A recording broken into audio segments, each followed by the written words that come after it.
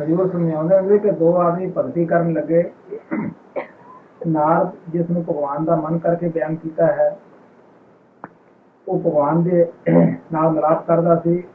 वो जो जान लग्या भगवान के पास, एक भगत ने कहा कि नारदा तो भगवान तो पुछी दा सी, मैनू बहुत साल हो गए अभ्यास करते कि मैनू वो मिलेगा या नहीं मिलेगा। और जब दूसरे के कोल गया, उन्हें भी कहा कि मेरा भी स्नेहा भगवान नूं दें, पुछी दा सी कद मिलेगा। जब भगवान की कचहरी दे विच नारद हाजिर होया, उन्हें संदेश दिता कि आ भी नारदा मातलोक दी बातां सुना। वाला जी तुहानूं बातां की दसां, दो साधु अभ्यास करते हैं। उन्होंने कहा सीगा कि सानू कद मिलेगा भगवान।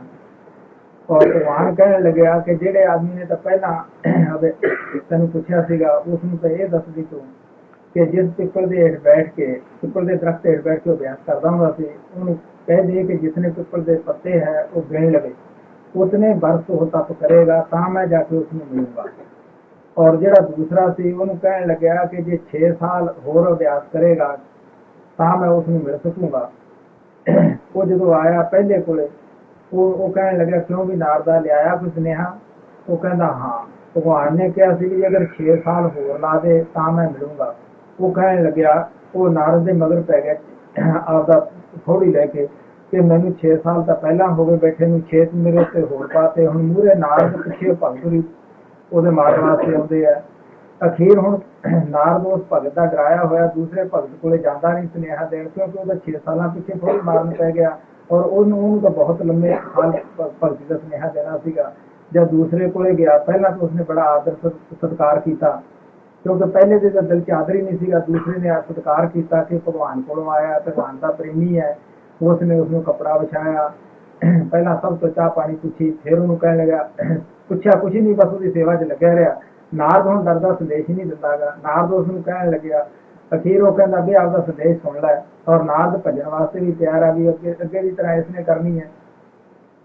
ਉਸ ਨੂੰ ਕਹਿਣ ਲੱਗਿਆ ਬਈ ਭਗਵਾਨ ਨੇ ਇਹ ਬਾਤ ਕਹੀ ਹੈ ਕਿ ਪਿੱਪਲ ਦੇ ਪੱਤੇ ਗਿਣ ਲੈ, ਇੰਨੇ ਸਾਲ ਅਗਰ ਤਪੱਛਿਆ ਉਹ ਅਭਿਆਸ ਆਪਦਾ ਕਰੇਗਾ ਤਾਂ ਮੈਂ ਮਿਲੂੰਗਾ।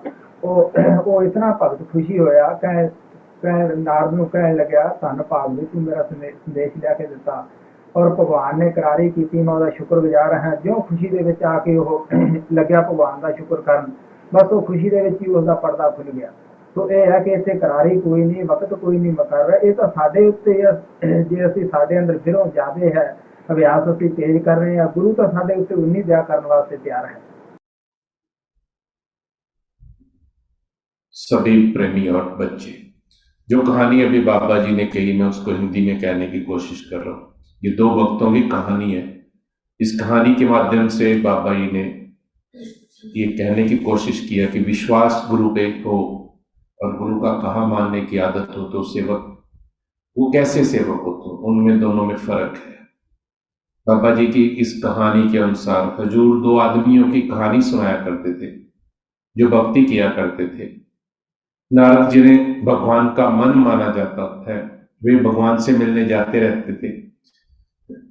जब वे भगवान के पास जाने लगे तो एक भगत ने कहा, नारद तुम भगवान से जाकर पूछना कि मुझे अभ्यास करते हुए बहुत साल हो गए, वो मुझे कभी मिलेंगे या नहीं।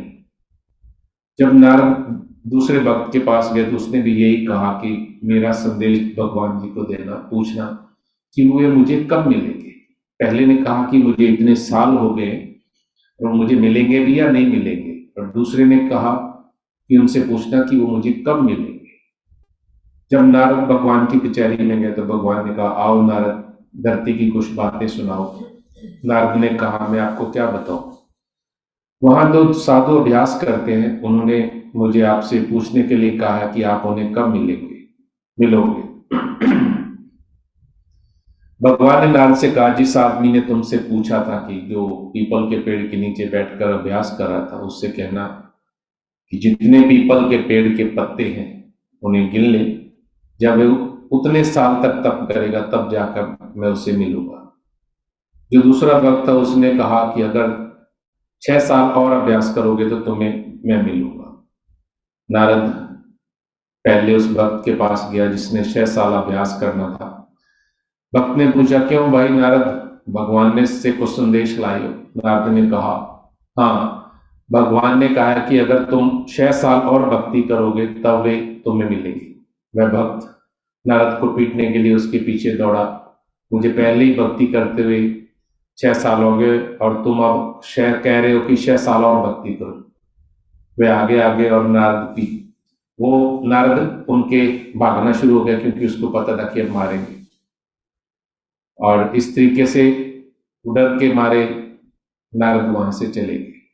नारद उस भक्त से इतना डर गए कि उसने दूसरे भक्त के पास संदेश देने के लिए जाने की हिम्मत ही नहीं हो रही थी उनमें, क्योंकि वह भक्त तो 6 साल के लिए नारद के पीछे मारने के लिए दौड़ा था, जबकि दूसरे भक्तों को तो परमात्मा ने काफी लंबी भक्ति करने का संदेश दिया था।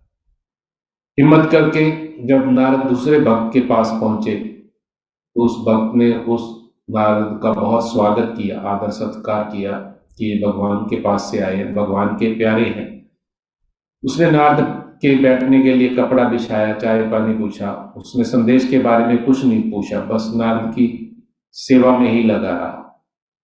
अब नारद इतने डरे हुए थे कि भक्त को संदेश नहीं दे पा रहे थे। आखिर हिम्मत करके उन्होंने भक्त से कहा कि आप अपना संदेश सुन लो। साथ ही नारद भागने की तैयारी में था कि अगर ये मेरे पीछे भागेगा तो मैं अपनी जान बचा के भागूंगा। संदेश सुनकर पहले भक्त जैसा व्यवहार करेगा। उन्होंने उससे कहा, भगवान ने कहा कि पीपल के पत्ते गिन लो, अगर तुम्हें उतने साल तक अभ्यास करोगे तब तुम्हें जाके परमात्मा मिलेंगे, भगवान मिलेंगे। यह सुनकर वह भक्त इतना खुश हुआ कि नारद से बोला, धन्य हो, आपने मुझे भगवान का संदेश लाकर दिया है। भगवान ने माना कि वे मुझे एक दिन जरूर मिलेंगे, मैं शुक्रगुजार हूं। और खुशी में आकर वह भगवान का शुक्रिया अदा करने लगा, और उसी खुशी में उसका पर्दा खुल गया और उसकी भक्ति सफल हो गई और वो परमात्मा को हासिल कर लिए, मिल गया। भक्ति में कोई वक्त तय नहीं होता, यह तो हम पर निर्भर करता है। अगर हमारे अंदर विरह ज्यादा है, अगर हम अभ्यास ज्यादा करते हैं तो हम गुरु पर उतनी ही दया करने के लिए हमेशा तैयार रहते हैं।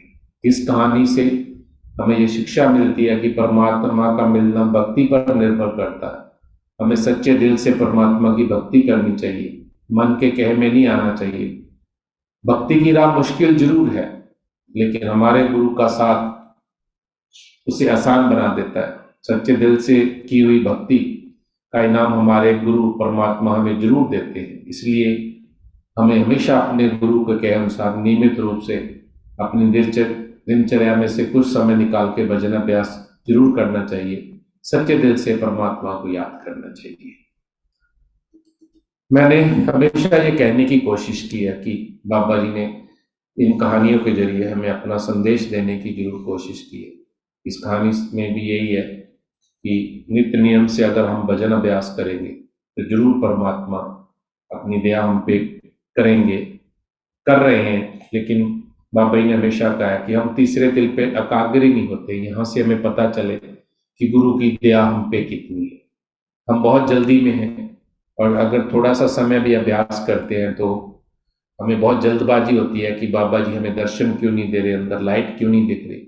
हालांकि अगर अपने आप पे निगाह मारें तो हम कितनी देर अभ्यास के लिए बैठे, अगर हम 10 मिनट 15 मिनट 1 घंटा बैठे भी हैं तो बाबा जी ने कहा कि उस दौरान भी क्या आप सिमरन कर रहे थे, क्या आपका ध्यान टिका हुआ था, क्या आप गुरु से जुड़े थे, या बैठे हुए अपनी दुनियादारी में ही खोए हुए थे। तो हमें दिल लगा के अपना भजन अभ्यास करना है ताकि हम अपने गुरु की दया प्राप्त कर सकें।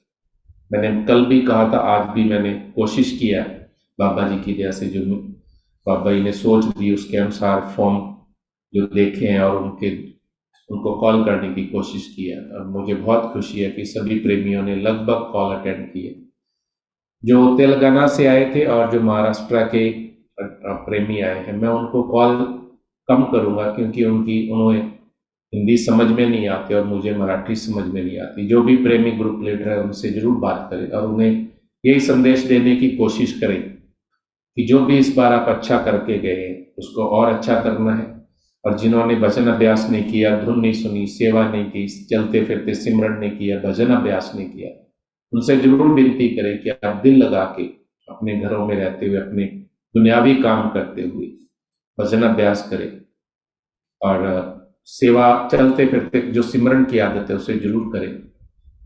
बहुत कम प्रेमी है जिन्होंने निंदा वाला टॉपिक टच किया, अदरवाइज उन्होंने क्रॉस ही मारा है। मुझे बहुत खुशी है अगर उन्होंने सच में ऐसा किया है। अगर सिर्फ जिन प्रेमियों ने दिखावे के लिए किया और लेकिन यहाँ वही किया, उनसे विनती है कि आप ऐसा नहीं करें। ये मौका है बाबा जी ने दया करके हमें दिया है, हम दुनियावी जीवों को सेवा का मौका दिया है कि आप संगत से इस तरीके का वार्तालाप करें। और मुझे बहुत खुशी है कि सभी प्रेमी बहुत खुश हैं और उनसे यही विनती की है। एक ही मकसद है इस फॉर्म भरने का कि हमें अपनी आदत पड़े उस वक्त की तरह। ये नहीं हो कि कोई हमें भजन अभ्यास के लिए कहे तो हम उसे मारने दौड़े, क्योंकि अगर हम करेंगे तो वो नौबत नहीं आएगी। और मुझे खुशी है कि कोई मारने नहीं दौड़ा, किसी ने बुरा नहीं बोला है, सब बहुत प्यार करते हैं और बहुत खुश हुए। मैं भी बहुत खुश हूँ क्योंकि जब मैंने फोन किया तो बहुत सारे प्रेमियों ने कहा कि चलो इस बहाने आपने हमें कॉल किया और हमें बहुत अच्छा लगा। मुझे भी बहुत अच्छा लगता है ये संदेश बाबा जी का देना कि एंड ऑफ द डे हमें सिमरन ही करना है।